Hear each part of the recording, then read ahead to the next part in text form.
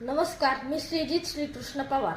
मी आज मनाच्या श्लोक मधला पहिला श्लोक म्हणून त्याचं उदाहरण देऊन त्याचा अर्थही सांगण्याचा प्रयत्न करणार आहे. गणाधीश जो ईश सर्वा गुणांचा, मुळारंभ आरंभ तो निर्गुणांचा, नमो शारदा मूळ चत्वा सर्वांचा, गमू पंथ अनंत या राघवाचा. अर्थ: समर्थ रामदास स्वामी जो गणांचा अधिपती आहे, सर्व गुणांचा ईश्वर आहे, ह्या जगाचं मूळ कारण असून सर्व निर्गुणांचाही मूळ आरंभ आहे, अशा गणेशाला वंदन करतात.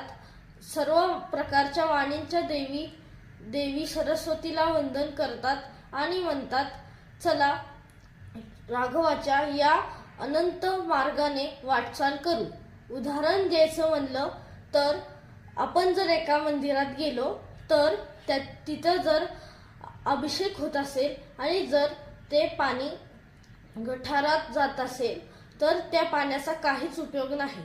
त्याऐवजी आपण झाडांना पाणी घातलं पाहिजे आणि पक्ष्यांना, प्राण्यांना पाणी देऊन त्यांना खाऊ घातलं पाहिजे.